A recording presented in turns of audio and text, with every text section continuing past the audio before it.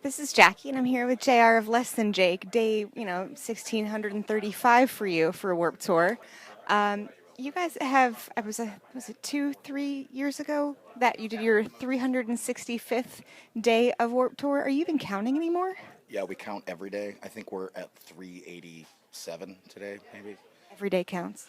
Each day is one more day on the total that no one's ever going to catch up to. Yeah, so You can't beat Less Than Jake when it comes to Warp Tour stops ever. I'm not sure if that's a record that anybody else wants, though. It's not like nobody's shooting for the gold for this one. But we're proud of it. So But it's a testament to your longevity as a band. You guys have been together since the early 90s. testament to our ability to hang out in a parking lot in the 100-degree heat. It's because we're from Florida. So Well, not everybody can do that. no, not at all. Not at all. You're tough. That's a good word. Tough, crazy, dumb, a little bit of everything. Crazy is a good word. Yeah. Why else do you think your band has not only stayed together but thrived for so long?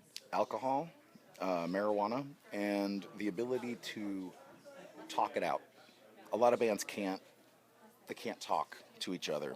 I hear bands like they're like, "Well, I sent him an email about what?" Well, I sent him an email about the problem. Like, why don't you just sit and talk to him? And that's hard. Like, people go through their managers and stuff like that. We don't have a manager. We just yell at each other. If we have a problem, we take it. We take it up with the guy we have a problem with. You're adults. Yeah, it's Every once in a while, you're adults. that term adulting. I guess that's what we adult a lot. Every once in a while, it's a good thing. You do it, you get it out of your system, you move on, right? Okay. So, how has your sound evolved from like your first album, Pezcore, to See the Light and things that you're working on now?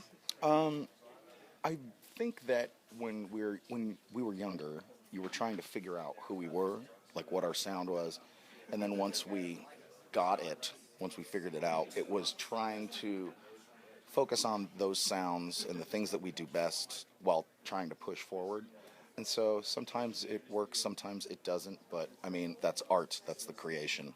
So I don't think things have changed too much, except we do try to be aware of, what we do well versus what we don't do well. You know, And the music industry has changed so much since your band's inception. What does success look and feel like in 2016 for Less Than Jake? Success for me is people in front of the stage and having a good time.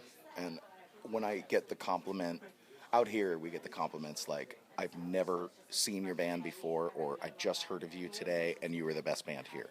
And that's awesome. That to me is like, that is success. When you're able to still do something 20 years later, from the heyday and you're still able to do it, that's success, I think. Excellent. Well said. So, are there plans for new music in the works? What are some things that inspire songwriting now for you?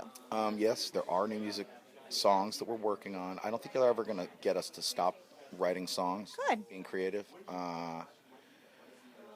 Inspiration now, it's, different than what it was because we're not 20 years old anymore. We're all in our 40s. So it's, family and life, but there's still a struggle that happens every day. And so you just kind of work off of that stuff.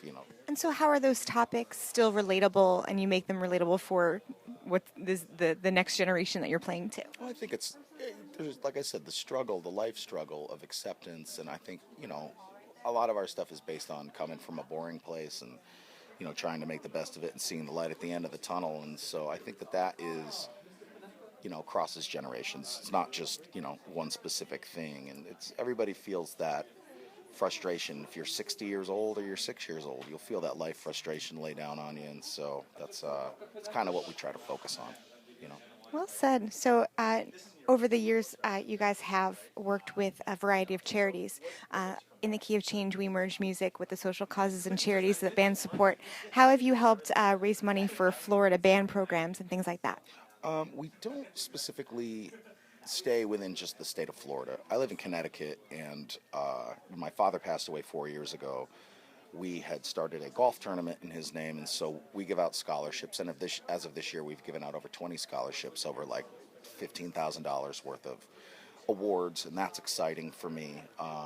We also like to combine our efforts with Keep Abreast organization that's out here. They're a great organization. We do work with Amnesty International. We do fundraisers in Gainesville for like our local St. Francis Hospital, and do like canned dog food drives for animal shelters and stuff like that. So we try to be involved, but we also live under the guise that you don't do things for press. You just do it to do it, and you feel good. So the things that we do, a lot of times you just don't hear about it because we're just doing things because we want to, not because we're asked to, or because it's a promotional opportunity. That's how I think it should be. So. Excellent. So what's up next for you after Warped Tour? We have a show in Mexico City. We do our Wake and Bake weekend in Gainesville, Florida, which is over Labor Day. And that's just 2 shows we play in Gainesville, Florida, our hometown. And then we're going to go to the UK and Europe in October. And then we have another U.S. tour after the new year with a band that's on the Warped Tour with us, but we can't really divulge any more information. Top secret for now. Top secret for now. Well, stay tuned for much more from Less Than Jake. They really get around. This is Jackie. Thanks to In the Key of Change and Chorus.fm.